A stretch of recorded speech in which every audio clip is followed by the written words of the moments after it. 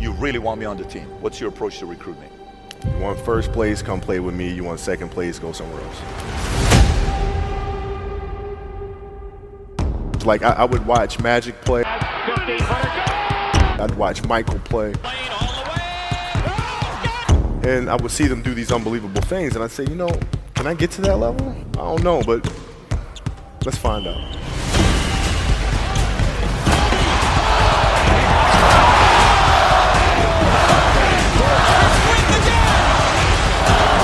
That's why he's the best player in the game.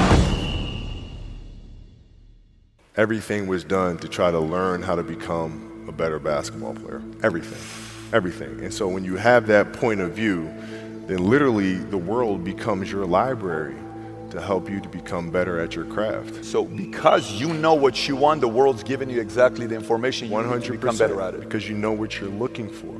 So many guys tell stories about your work ethic. Yeah. What was really your work ethic like, and for how long did you stay disciplined? Well, I mean, every day. I mean, since 20 years. I mean, it was an everyday process, and trying to figure out strengths and weaknesses. For example, jumping ability. Man, my vertical was a 40, it wasn't a 46 or a 45.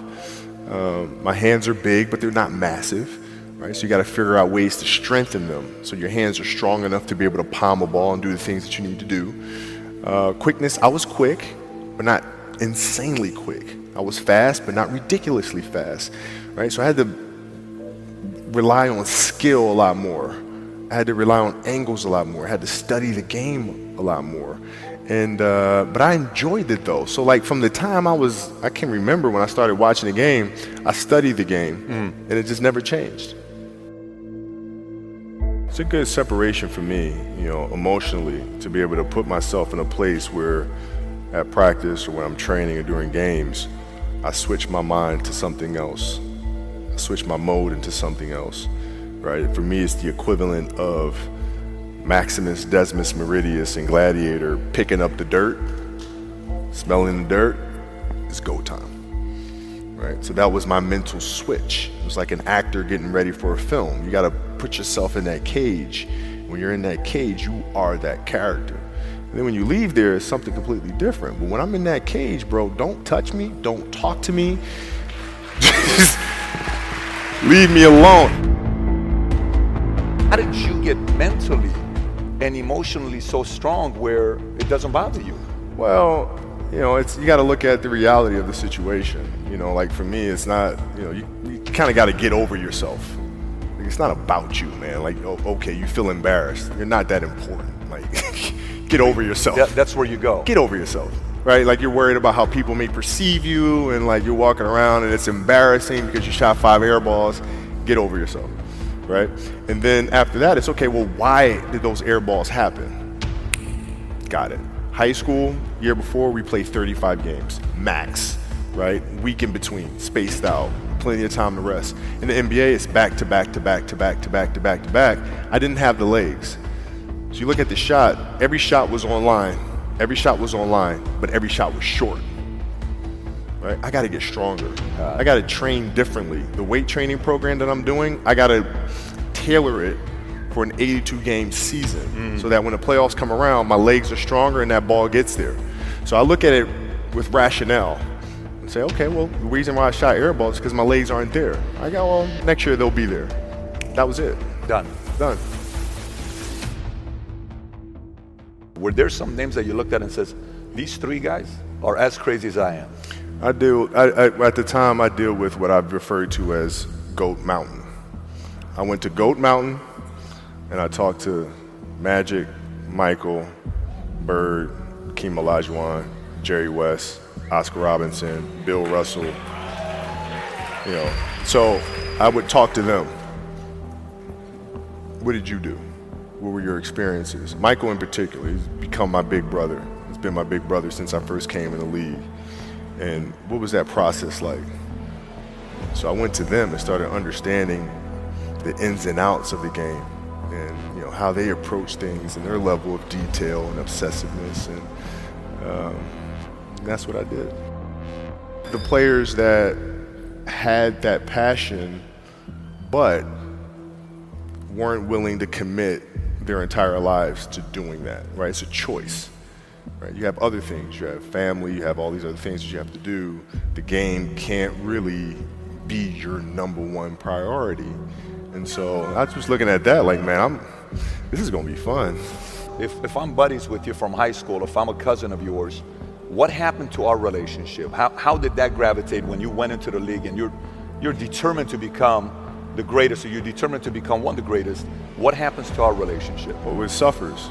It does suffer. Oh, yeah. Okay. Yeah. And you understood that. You were okay with that.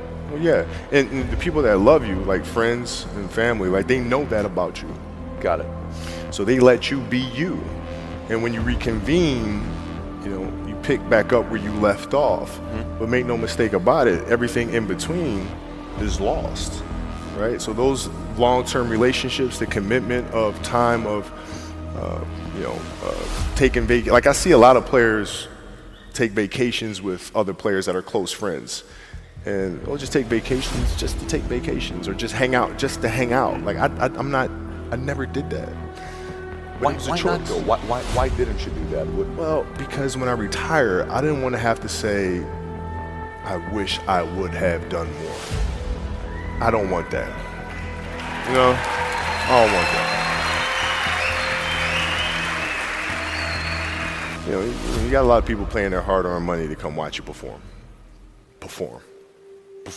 It's your job to be in shape. It's your job to be strong enough to perform at that level every single night. And as a competitor, I'm not ducking shit. Like, it's not, oh my God, my back hurts, I'm sore, we got to play Vince Carter and Toronto Raptors tonight. We actually had this happen. We had a game against Toronto in 2000, and Vince was tearing the league up. My back was jacked. But like the perception of that, like, what? Kobe's missing the game against Toronto and Vince Carter because my back was really spasming. But people will be like, what? Oh, he's ducking Vince. Excuse me? No, I don't think so. So I would be in the layup line like, okay, there's a lot of days where you can rest and recover. Today ain't one of them. Your back can bother you any other day. That shit ain't bothering me today. He gonna have to see me today. Yeah. Amen. Yeah. If you're looking at a big investments you got to make, what is the decision-making process there? Do you call? Is there first you do your own research? You take this much time. You call an advisor. Is there a system you follow? It's pretty simple for me. It's do you understand the business? Is it a business that you can help in some form or fashion?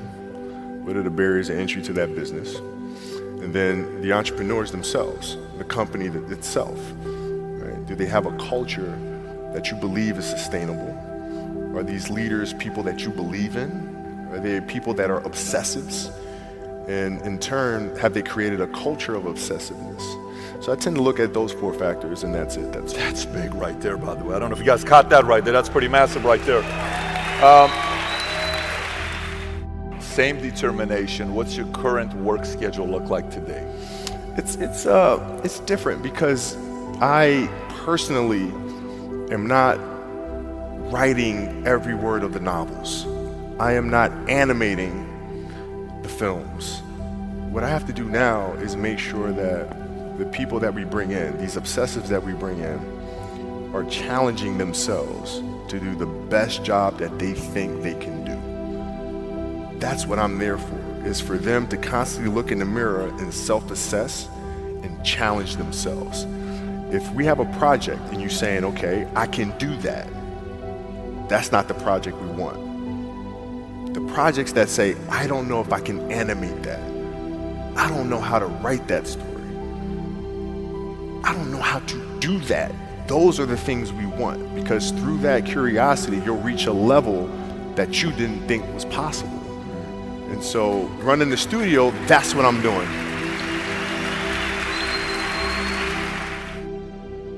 You're playing against the Golden State Warriors. Score is 107-109. You guys are close to getting into the playoffs. You know exactly what happens in the game. You go up, you're about to take your shot, and then all of a sudden, boom, Achilles happens, right? He went and hit the free throws, and then you walked off the stage. Yeah. And you got the surgery done. when I went in the trainer's room, my kids are in there, and they're looking at you and stuff, and I'm looking at them, and I'm like, it's all right. Dad's gonna be all right. It'll be fine. It'll be all right. It'll be all right. It'll be all right. As a parent, you gotta set the example. You gotta set the example. This is another obstacle. This obstacle cannot define me. It's not gonna cripple me. It's not gonna be responsible for me stepping away for the game that I love. I'm gonna step away on my own terms. And that's when the decision was made that, you know what? I'm doing it. I'm doing it. You're a freaking beast, bro. Hey.